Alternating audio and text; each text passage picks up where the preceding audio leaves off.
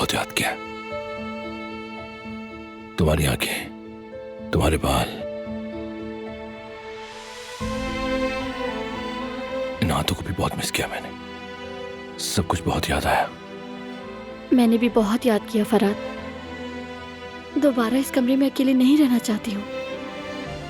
अकेली नहीं हो अब तुम, मैं हूं ना तुम्हारे साथ। मैं अब तुम्हें कभी अकेला नहीं छोड़ूंगा। वादा? वादा।